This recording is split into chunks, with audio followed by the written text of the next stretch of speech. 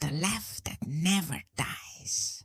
Welcome back, my little shadows. It's good to have you here, so close, where I can whisper secrets you'll never forget.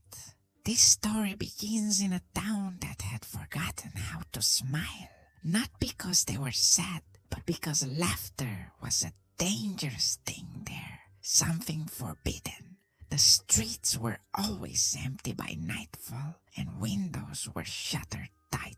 People spoke in hushed tones of a curse that stole joy itself. Then, one day, a circus arrived, but it was no ordinary circus. The tents were patched with shadows and sown with whispers. The big top was tall and black as a starless sky, and the smell of old leather and something sour hung heavy in the air. Flickering lanterns cast twisted shapes on the canvas walls, shapes that seemed to slither when no one was watching.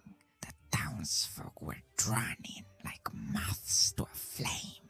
They craved the lost warmth of laughter, the brief escape from their grey lives. And so they gathered beneath the canvas, their eyes widened with hope. I was there, waiting. My painted smile gleamed under the lantern light. Red lips stretched unnaturally wide, cheeks blushing with white and blue.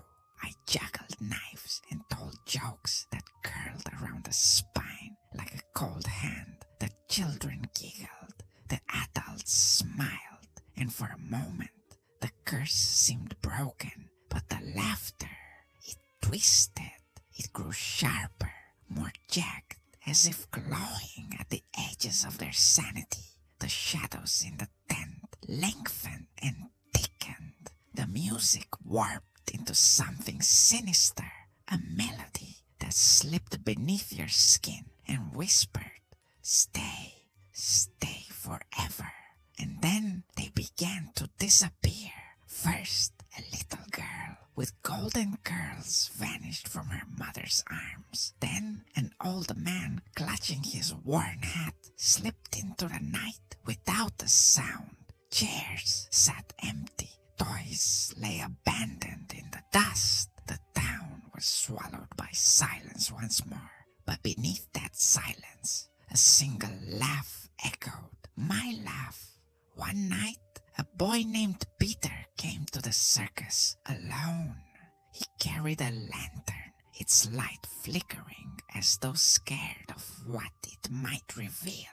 Peter wasn't like the others. He had heard the whispers and seen the shadows dance. His jaw was set, his eyes steady. He wanted answers. He stepped into the ring, and there I was, smiling, waiting.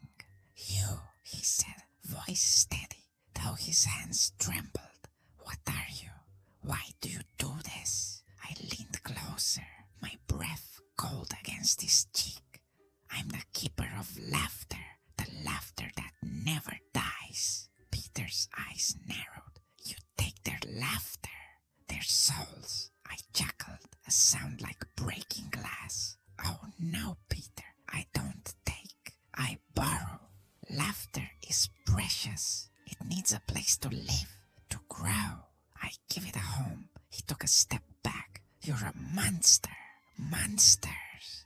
"No, my dear boy, I am a clown. The smile in the dark, the joy in the night.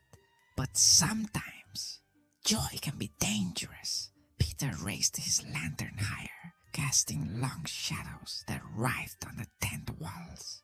"Then I'll stop you. Try," I whispered. And as I spoke, the shadows surged, wrapping around him like cold chains. He struggled, but the darkness was stronger. His lantern flickered once, twice, then went out. Silence. Then a single chilling laugh, mine, echoed through the empty tent. "Now I wait for you. When you hear a giggle just beyond the edge of your hearing, or catch a glimpse of a smile in the corner of your eye, Remember, it's the laugh that never dies, and it's coming for you. So, my dear listeners, now that you've heard the laugh that never dies, remember this. I am always closer than you think. When the lights go out, when the shadows stretch long and cold, that's when I come to play. And soon, very soon, I'll return with another story, a darker one, a deeper one that will crawl beneath your skin and nestle in your dreams. Will you be ready? Or will you run screaming into the night? Until then, keep your laughter close and your fears closer, because I'm coming back, maybe sooner than you expect, maybe very soon. Sweet